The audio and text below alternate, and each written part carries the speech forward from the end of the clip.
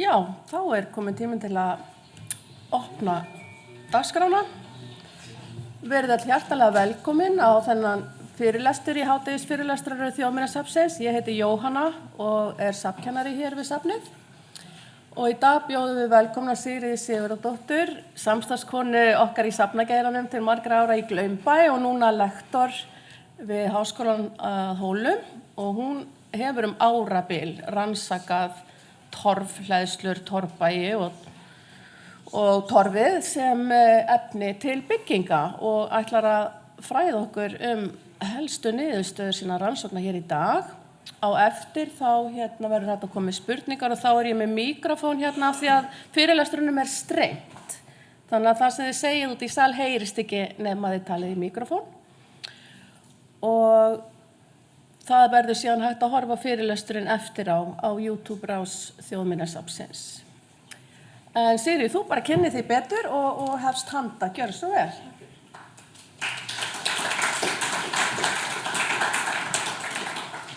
Ég þakka kærlega fyrir boðið að koma og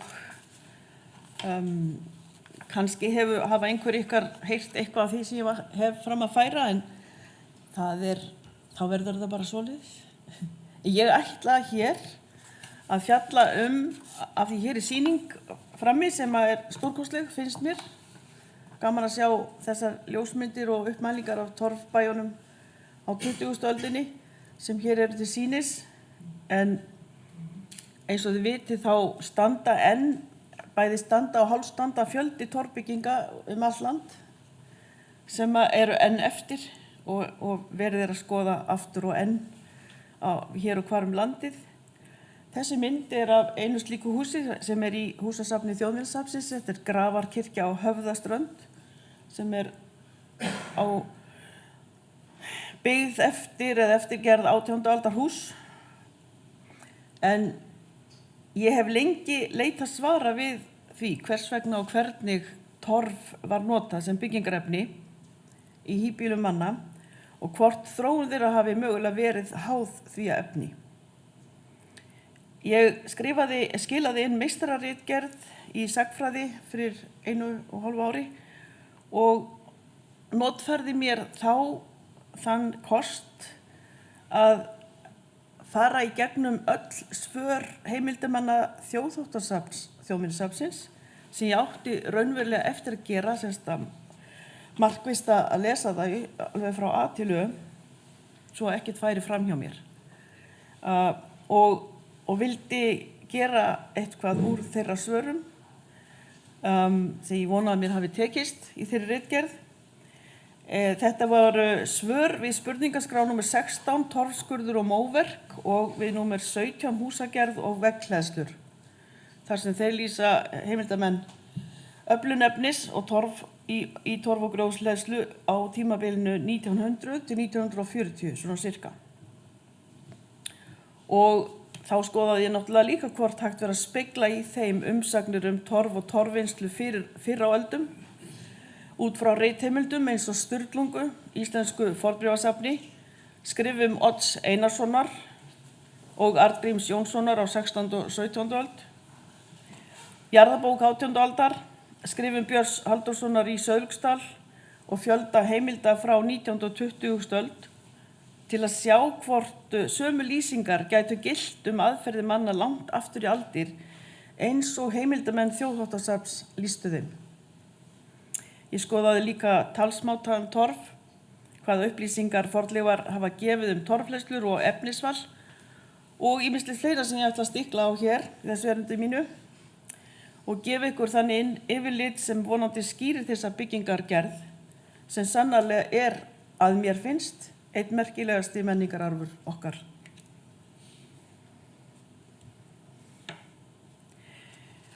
Byggingarefnið, hvernig það tekið og hvaðan það fengið? Ástæða þess að landsmenn völdu torf til sem byggingarefni var einföld. Það var fremur auðvelt í efnistöku ef menn áttu réttu verkfærin. Það var yfirburðarefni til einangrunar og víðast tiltækt. Þar skiptu góð eggjárn lykilmáli Og þá getum við bara hugsað, það skipti þá járnvinnsla miklu máli eða innflutningur á járni. En þessi verkfæri voru afar mikilvæg og eftir því sem við bitum betur, því var betri voru þau til þessarar aðgerðar.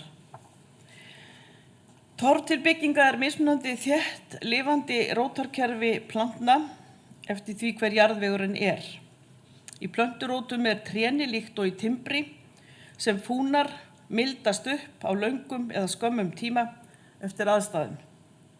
Langar þétt flæktar rætur mýrargróðurs eru töluvert frábrugðnar stuttum gisnum rótum torfs af þurrlendi eða því sem heitir valllendistorf eða hét. Við köllum það kannski þökur í dag.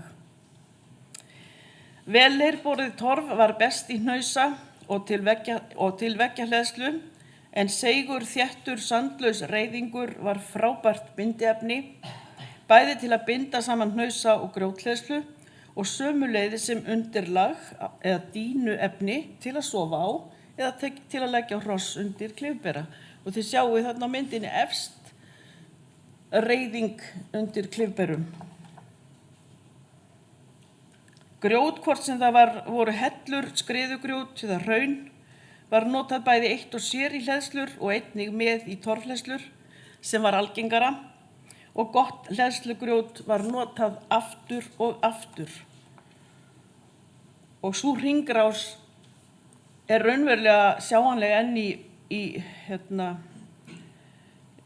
leifum torfbæja hér og þar. Þetta sama grjótið í þeim og hefur verið notað öldum saman. Bara spurningum hvar og hvernig. Þið sjáuð hér torf rist með torfljá og stungið með stunguskóflu sem notuðu öldum saman. Það að segja að þeir notuðu pál í staðan fyrir stunguskóflu. Og svo þarna notaður undirristu spaði til að losa hnausinn úr flæinu. Og það verkfæri með hallandi spaða, þannig að það auðvelt að stinga honum undir. En þetta verkfæri ævagamalt, kannski ekki alveg nákvæmlega eins í forminu eins og þarna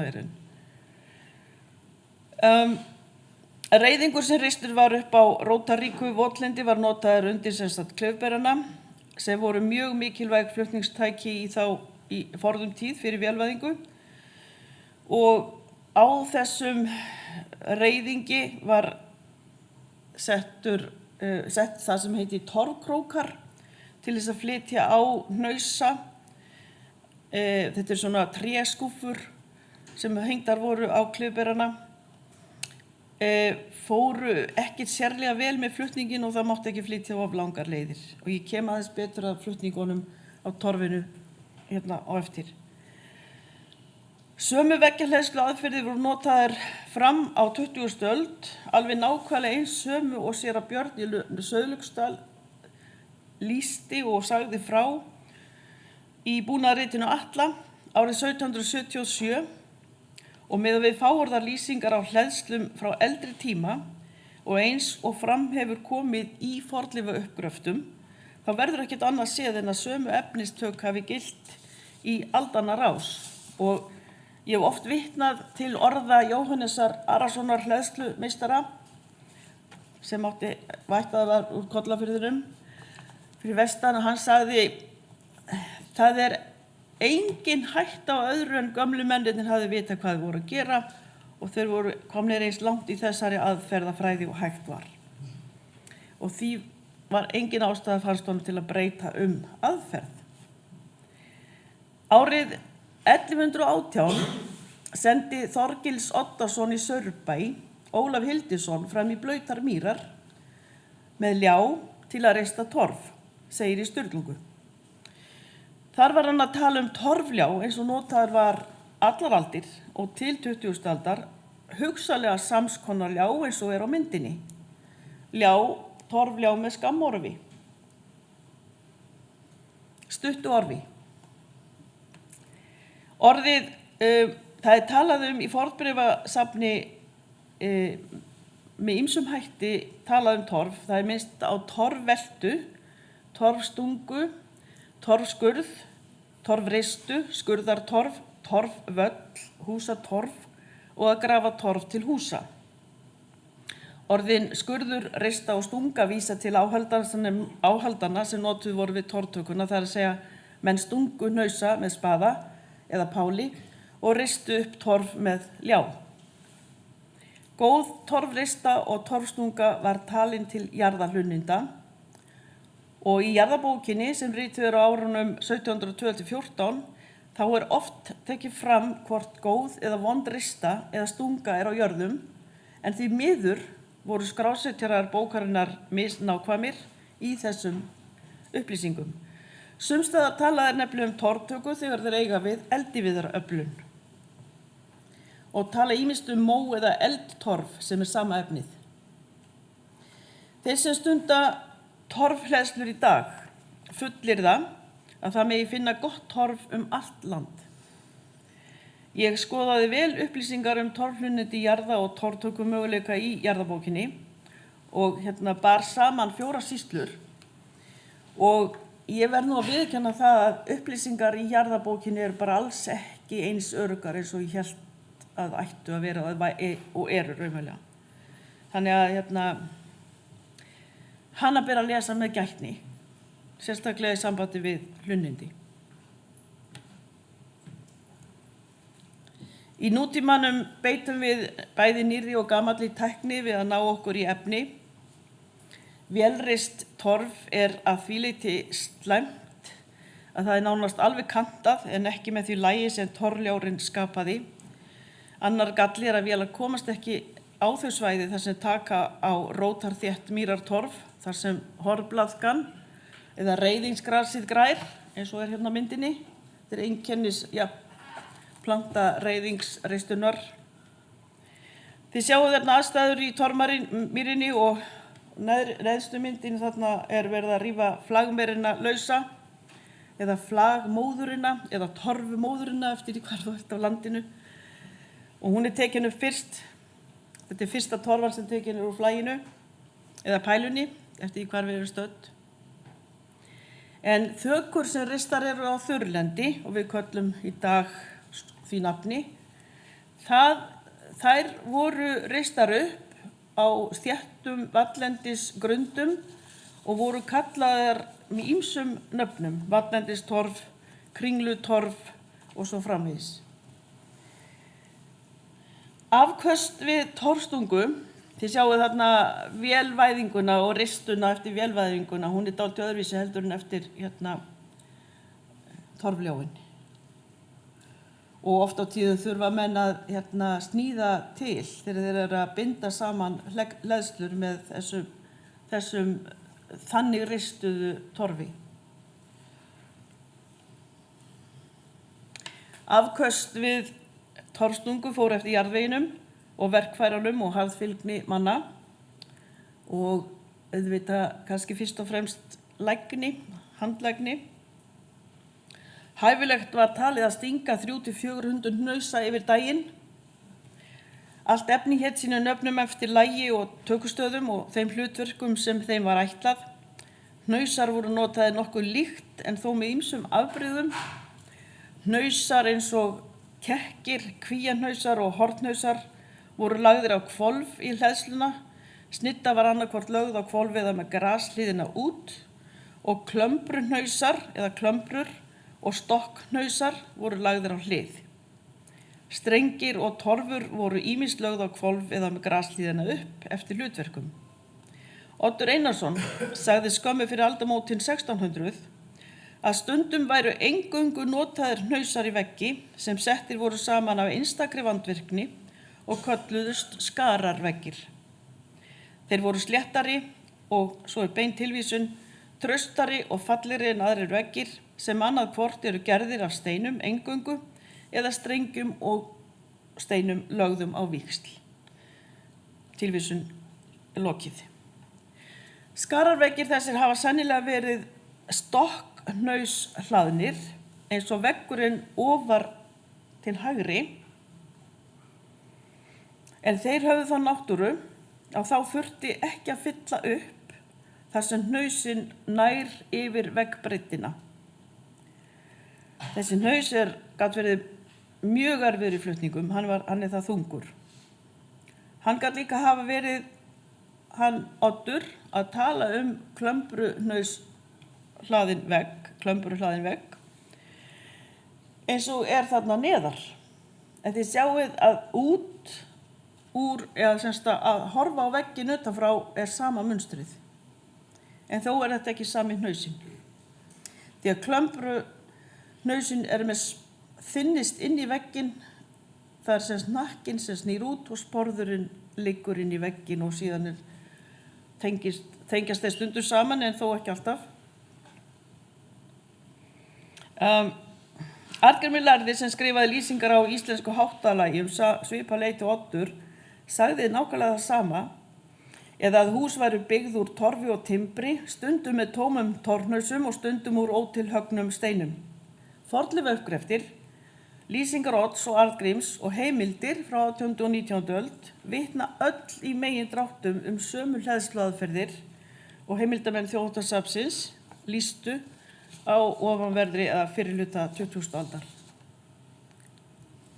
Ég ætla aðeins að sýna ykkur hérna þau orð sem notuð eru, nöfn sem notuð eru á torfinu. Ég tók saman lista yfir svæðisbundin torfnöfn og setti inn á Íslandskort til að bara sýna ykkur.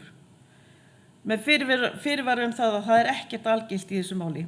Þessi nöfn eru fengið frá heimildamönnum Þjóðminjasafnsins, úr prentuðum ritum og jarðalýsingum. Og þetta eru nöfn eins og, byrjum bara á Vestfjörðum, heitorf, það er sama orði notað yfir heitorf allt land. Og heitorf annarkvort einskorin eða tvískorin rista, það ef þú notar skammorf, þá ertu með þá þetta reist upp báðum megin frá, þannig að hún hafi þykkast í miðunni. Þetta dálítið breiðar torfur sem lagðar eru yfir hey. Stundum notaðar síðan þegar það dálítið gamlar eða farnar að gefa sig að rifna, þá það notað sem bindingur í nýja hleðslu í nýjum vegg. Þær hafa reyndust ágætlega þannig.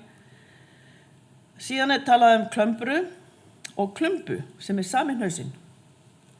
Á sumum svæðum á landinu beinlínis bara talað hnaus og ekkert sagt þá segir ekkert hvernig hann í laginu.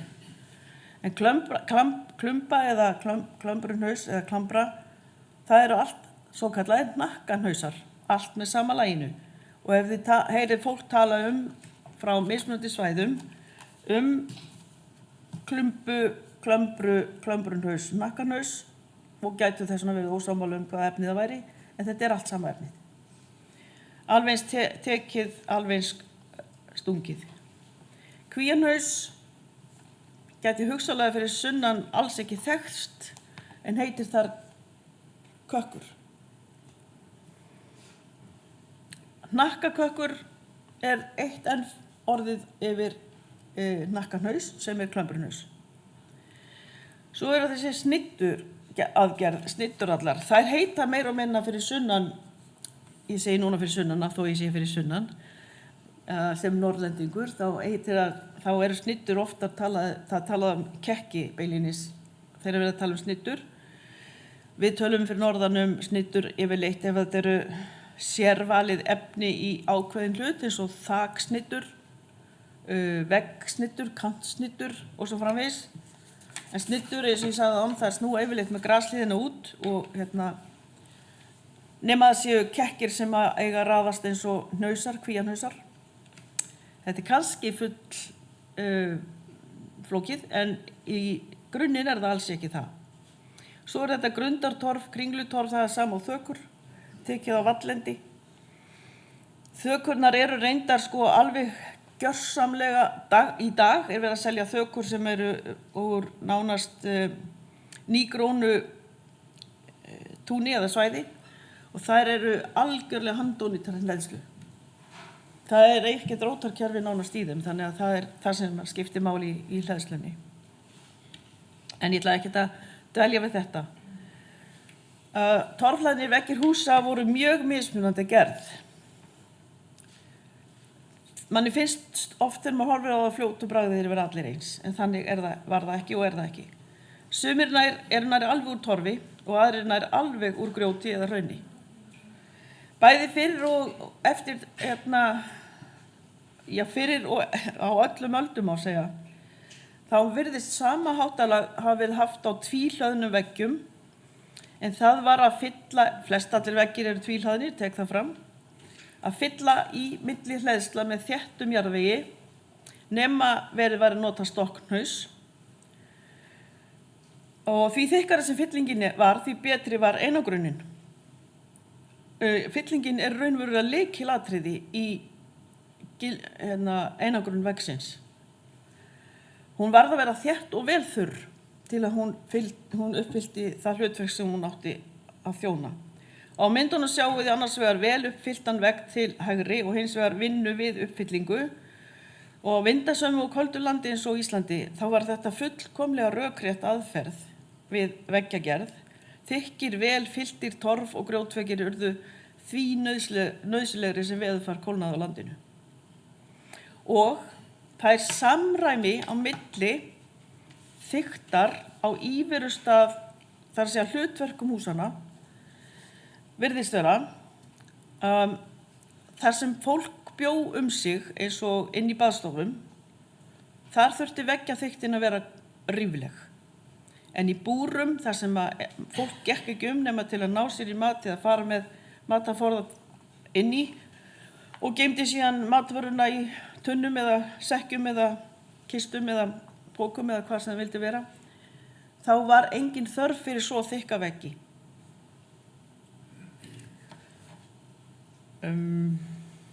Það sama gilti grjóthlaðna veggi húsa eins og torfveggina, að í þeim var jarðvegsfylling sem var því þykkari sem veggurinn var, ef veggurinn var á mannabústað, og þeir voru þynnri oft á búpenningshúsum. Túngarðar og garðar á milli úthaga og heimalands gátu verið fyllingarlausir og jafnvel einhlaðnir, eins og raunin er með garða á milli aðhaldshólfa í Mývatnssveitinni sem er hérna í miðjumyndinni. Þeir eru hlaðnir úr hrauni sem hanga vel saman og þarf ekki mikið að hafa áhyggjur af, en þeir verja svæði fyrir búpeningi. Til að styrkja grjóthleðsluna var oft notað torf með, eða raunverulega til þess að hemja hleðsluna, og þá var einkum notaður strengur eða flatristir hnausar, eða svona sem við myndum kalla snittur eða kekki. Þið sjáið alls konar grjót í hleðslum, lágbari grjót, fjörugrjót, eins og hérna afstafmyndinni, hún er frá Hrauni og Skaga.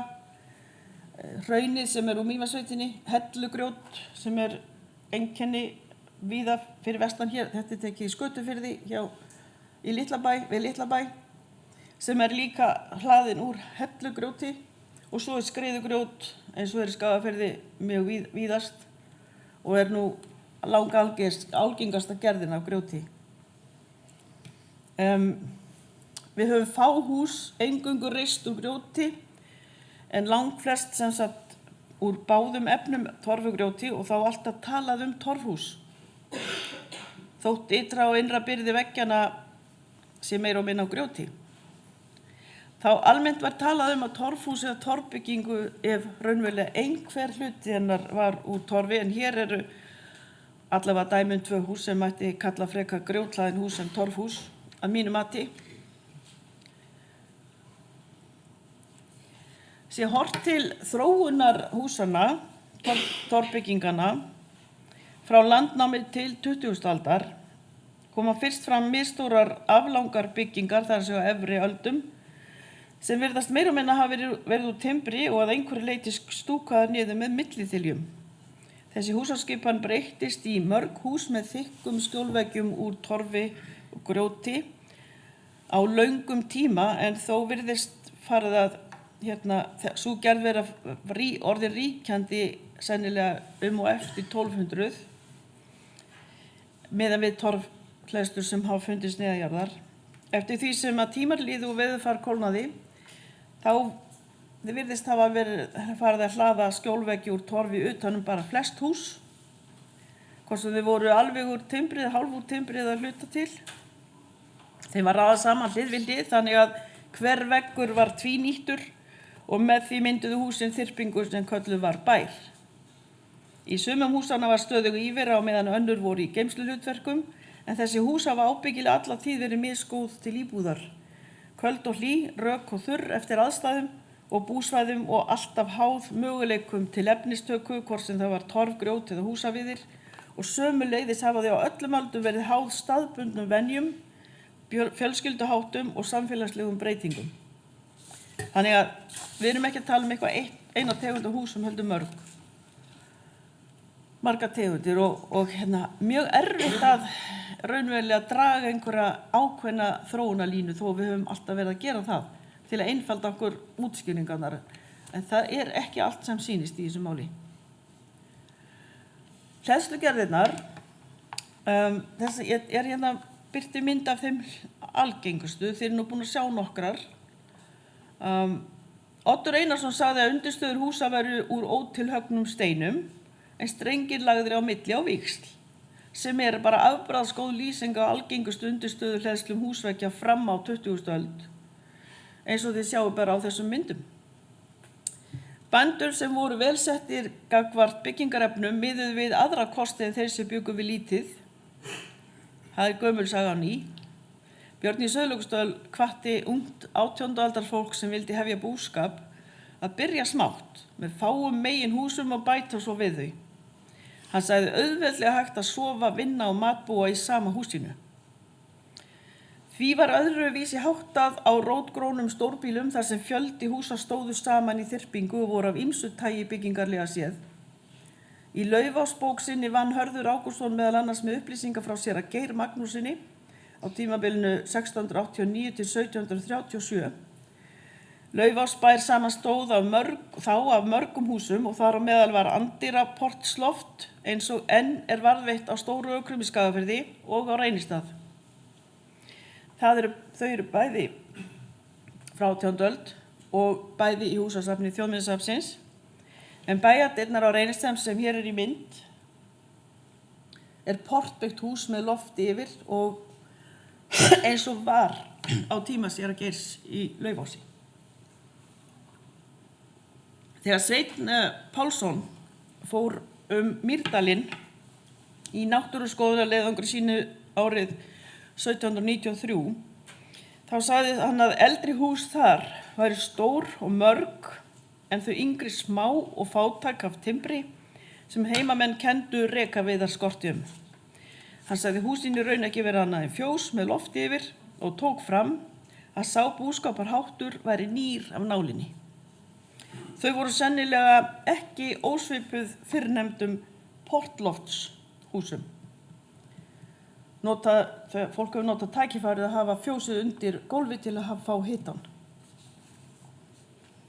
Og þetta voru klókindi gagnvart upphitunnar möguleikum.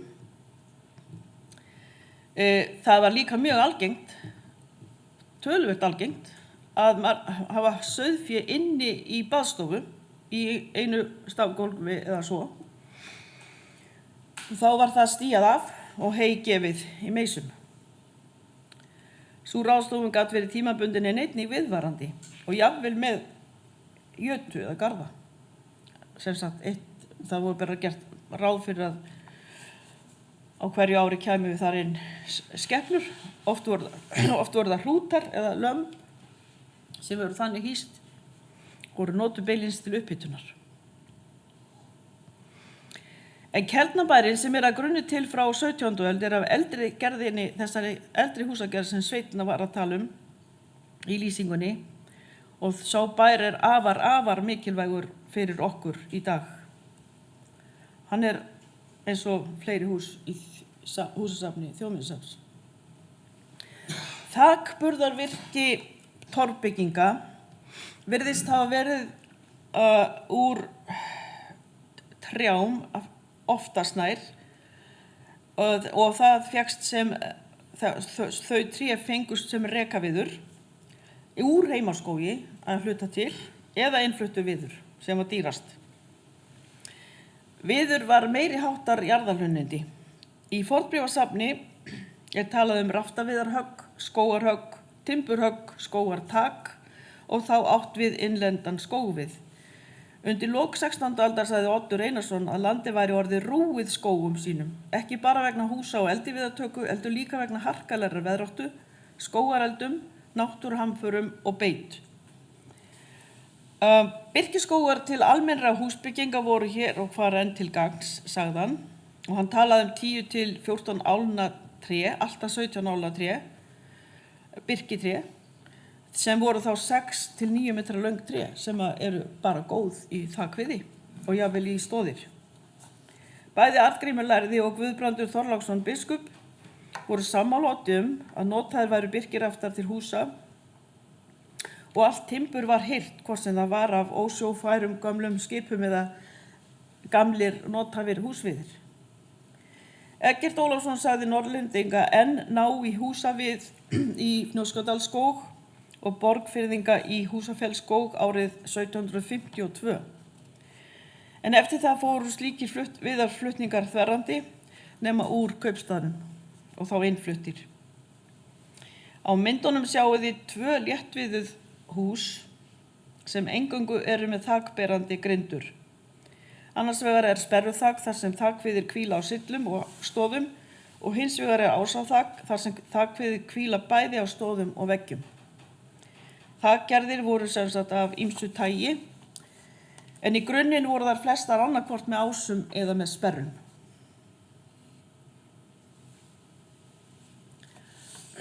Í mörgum tilvikum mætti fremur tala timburhús með hlöðnum skjólveggjum úr torfi og grjóti, en torfhús þegar horft inn til húsanna í bænum. Timburverk torfhúsanna virðist alltaf hafa verið mismunandi og tengt tímum og tíðaranda. Hörður Ágústsson talaði 5 gerðir. Hann talaði stólpaverk, stokkverk, stafverk, bindingsverk og bólverk sem var í rauninni afbrigði stafverksins. Hér sjáið þið alþiljaða baðstofuna í Glaumbæ. Það er aldrei talað hana sem timburhús, þótt hún sé það greinilega. Önnur myndin sýnir hana innan en hinn tekin þegar torfhleðslu var flett utan af henni síðustu aldamót. Þetta hús byggt upp af bindingsverki og í rauninni fullkomið timburhús. Varið með torfveggjum. Ég tók með mér annað hús til að sýna ykkur það sama, raunverulega, timburhús, varið með torfveggjum. Þetta hús stendur stakt, það ekki hluti af bæ, það stendur ekkert upp við neitt annað. Þetta Víðimýrakirkja í Skagafirði, hún byggð 1834 og eins og ég hef oft sagt eitt af húsunum í húsasafninu. Hún bindingsverkshús og alveg einstaklega falleg bygging, bæði utan og innan, og timbrið ekkert sparað, nema í stað slagþils á langveggjum eru torfhlaðnir veggir. Svo maður veltir oft fyrir sér þegar verið að tala torfhús. Hvað það í raun og veru sem verið að tala Hver kynslóð þurfti endurnýjar torf í hleðslum í sömu tilfellum oftar en einu sinni, en húsviðir gátu enst miklu lengur en torfið. Og Eggert Ólafsson sagði frá 150 ára gömlum stórvöxnum og gildum stóðum í bænum á Möðruvöllum sem höfðu verið teknir úr skógi þar í grennd. En sá skógur fjall árið 1607 í ofsaroki og ísingu, bara eins og gekk yfir núna fyrir nokkrum dögum. Ummæli Eggerts gefa til kynna hve lengi viðir gátu enst í húsum og þá má hafa í huga endingu norsku stokkana sem Auðunn Rauði lét byggja stofu úr og stóð á Hólum frá 1314 til 1810. Þessi dæmi eru raunar undantekningar því að húsviðir fúnuðu og ef hvergi fékkst timbur var fólk í vondum málum eða hvað. Maður myndi halda það. Þótt burðarvirki torf og grjóthlaðinna bygginga hafi almennt verið úr tré, það má ekki gleyma því að mörg hús voru með þakberandi veggi og hér sjáum við 2 dæmi hleðslutækni sem kallast samhleðsla. Það voru veggir hlaðnir saman í hvelfingu sem myndaði þakið. Þannig hús voru einkum göng, þröngar geymslu svo sem búr, búpenningshús eða skýli og samhlaðin hús voru bæði úr torfi og grjóti. Ég hef ekki skoðað hvað dreifðu voru landið en það þyrfti að gera það. Þegar heimildir torftöku og torfhleðslu eru skoðaðar, þarf alltaf að hafa í huga að fólk notaði mismunandi nöfn á samskonar stungu eða reistuform, að hver hleðslumaður hafði sinn hátt á torftökunni og eftir svæðum og sneið af því hlutverki sem efnið átti að þjóna. Orðafarið var hreint alls ekki allstaðar eins og þið sáuð á kortinu áðan.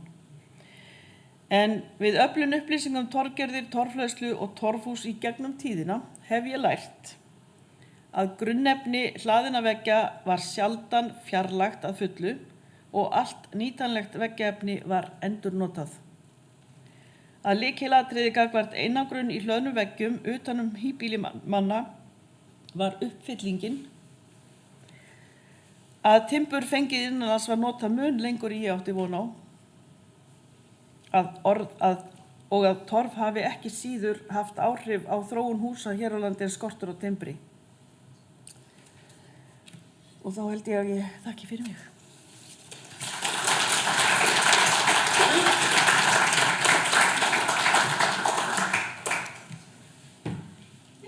Opið fyrir spurningar eða athugasemdir? Já, bæði. Helst.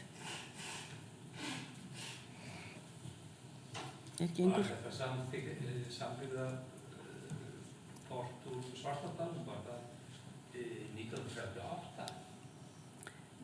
Frá Skottastöðum. Á Skottastöðum? Já. Bruno Schweitzer tók þessa mynd. Það voru göngin sem voru sambyggð þar, greinlega. Ég svo síðast fættist af í Skaftafellsbænum. Já, gaman að því. Góður staður og góður bær.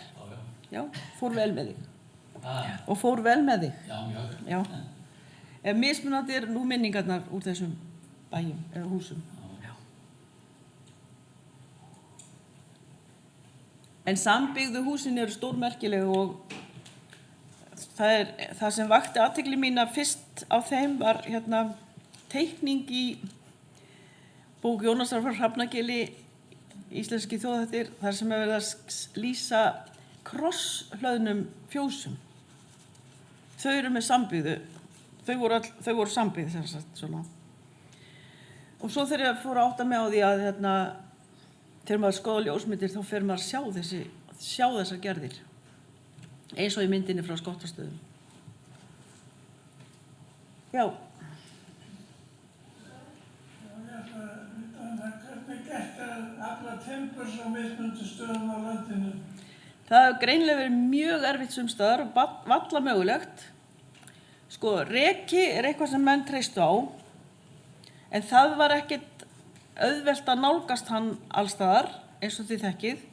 Og þá verður menn að skipta með einhverju móti á einhverju öðru sem þeir höfðu þá sjávar útvegi eða semst bara fisk í staðan fyrir fiskur og reki var eitthvað sem menn vildu fá inn til landsins og í staðin fengu þeir þá vörur eins og vaðmál eða smjör eða eitthvað sem þá þeir gátu sem sagt unað við.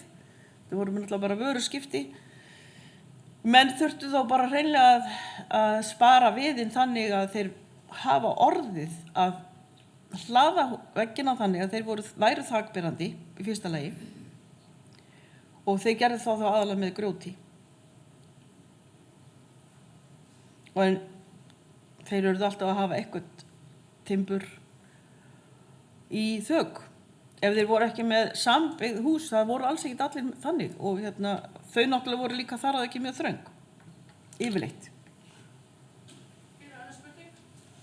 Ég vil spyrja aðferðina við að hlaða þegar þú á seinni öldum og klambra með strengur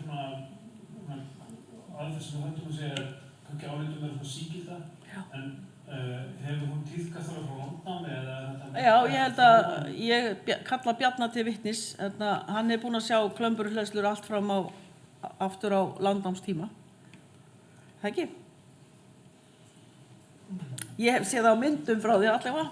greintar á myndum. Það eru sjaldan en við höfum alveg frá 11. öld rækar sannanir klömbrunhleðslu í Skagafirði. Að byggja svona hús, það eitthvað sem allir bændur gera sjálfir eða ferðu svona sérfræðingar til að gera það? Flestir bændur kunnu eitthvað fyrir sér í hleðslu, en þeir fengu yfirleitt með sér hleðslumenn og það sem voru betri en þeir sjálfir að þeir töldu. Og þeir sumir bændur voru svo heppnir að voru með vinnumennsku hjá sér fólk sem gat hlaðið og hélt þeim gjarnan vegna þess að það voru mikilvægt fólk að hafa og svo þekking var mjög mikilvæg fyrir þá nágrannabændur jafnvel líka. Og það er dæmi það á 18. öldinni og 19. öldinni einkum að þeir sem voru flinkir að hlaða reyndu að fá sér lausa til þess að stunda sjálfstætt hleðslur. En það gekk nú ekki vel. Satt að segja. Hvernig fóru að því að hlaða svona borðklanar dyr eins og sýndir okkur? Smíðu þeir einhvers konar grind undir? Já. Því að það er erfitt að koma loksteininum eða þar sem það var grjóti, loksteinum eða þarna torfunni sem að lokar hann við. Erfitt að koma henni í. Já, þetta er mikil jafnvægislist. Já. En var spílað undir þetta? Já. Það var, það fluttar til stóðirnar. Og ég hef séð hlaðanar svona tóftardýr. Var vitnað því þegar voru hlaðanar svona bógamyndaðar tóftardýr, samhlaðanar dyr, þá var bara gripið í tunnuna og sett undir. Til þess að, en það var bara vegna þess að viðkomandi hafði nefnt ekki, kannski, að ná sér í stóðir sem hann myndi að færa til. En það var aðgerðin, það var bara færa stóðirnar til, þess að 1 eða 2 eða hvað þú hafðir, og elta þannig hleðsluna upp í mæni.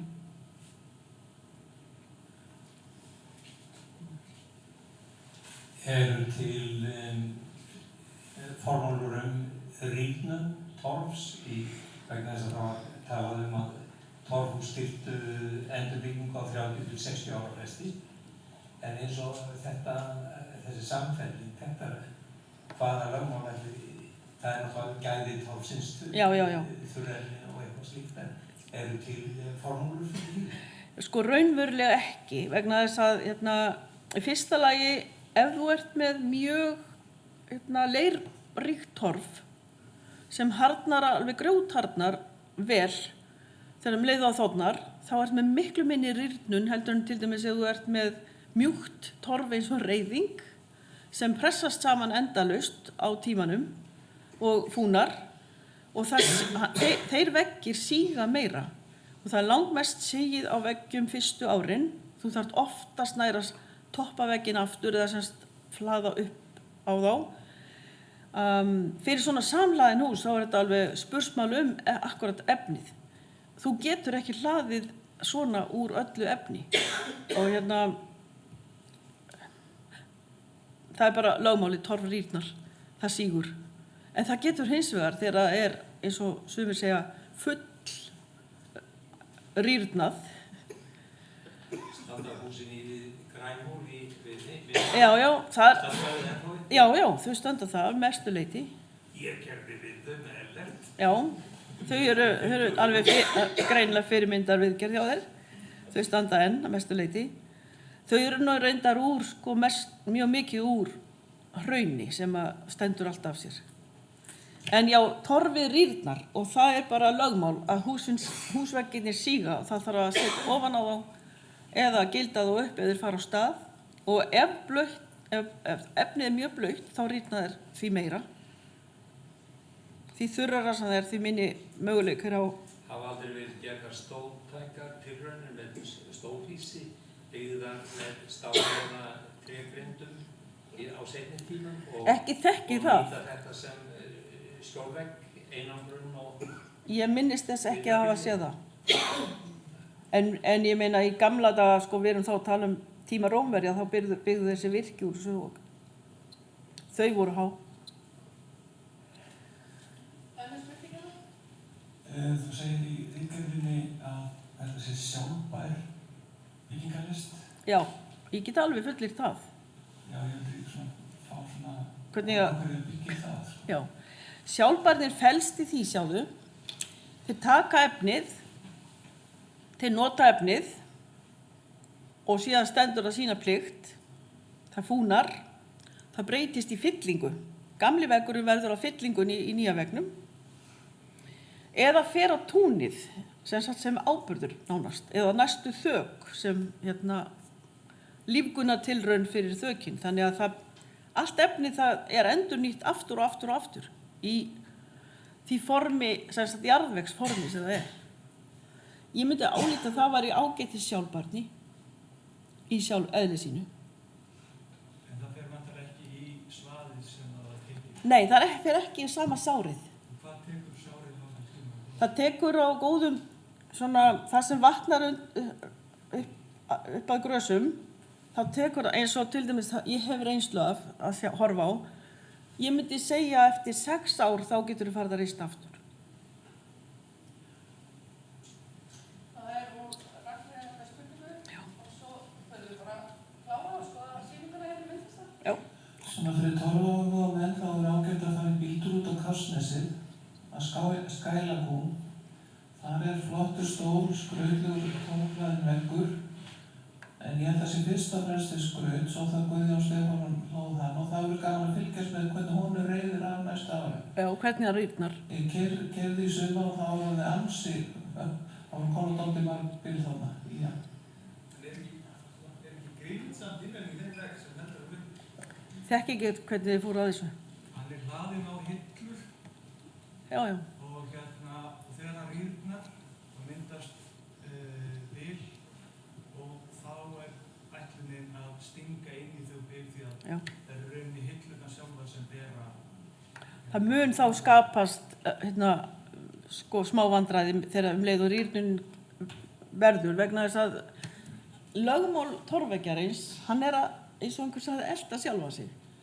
Þannig að hann pressast saman og pressast niður. Hann er ekki að fara að gapa neitt ef hann er eðlilegur, nema hann þorni og hratt eða fari úr honum hnaus. Og eins og til dæmis gáttatorfi sem er milli stafs og, eða semst milli, stafs og veggjar, að það þarf að fjarlægja það stundum og þá sjáum við rosalega rifur inn á milli, en það þarf líka að fylla þetta upp á haustin, sem sagt til að húsi nái að anda vel yfir sumartíman, þá þarf stundum að fjarlægja þetta gáttatorf og sér maður alls konar ringulreið í hleðslunni sem getur orðið af mismunandi hraðri þurrkun, eiginlega má segja. En yfirleitt að jafnaði sig og loka sér aftur. Þetta er bara eins og torfþökin sem að skrælna á sumrin og rifna stundum efst, að á haustin þegar að fer þegar rigningar hefjast þá loka það sér. Þannig eiga það að haga sér og þannig á veggurinn líka að haga sér. Ef allt er með feldu, hann á sem stað þjappast og það er betra að setja ofan á hann heldur en að vera að setja inn í hann. Það er betra að gilda hann upp heldur en til dæmis að treysta því að eitthvað sé kjurt alltaf á sama stað ef hann byrjar að hreyfast. En já, það var eitt sem var að benda á háa veggi. Ég veit til þess að presseturinn á undir Efum, hvað er að holt undir Efum. Það var Guðjón Samúelsson sem gerir pressetur það og það er rosalega háir sem torfveggir og brattir og þá er jafnargjöndin hvort það sé steipustið eða hvað það er sem að heldur upp í veggnum. Ég veit ekki alveg hvernig það er útfært en ég veit að það er tilmyndir það sem það er að taka það frá. En þú getur bara stungið torfinu upp á steipustyrtarjárni eða hvað sem járn sem er eða grind og haft það þar, en þú bara gæta þess að leyfa því að síga eðlilega til þess að þú fáir ekki rifur allstaðar, býst ég við. Það var að loka spurningin. Það er mjög fallegur torfveggur við Skælagún. Veistu hver byggði hann? Guðjón, var það ekki? Strandamaður. Guðjón Strandamaður. Mjög flinkur. Ég held að við fyrir bara að fara að slíta þessu og Eins og Sigríður nefndi í byrjun að þá er 12 þema hjá okkur í október í hádegisfyrirlestraröðinni og eftir hálfum mánuð þá verður áfram fjallað um 12.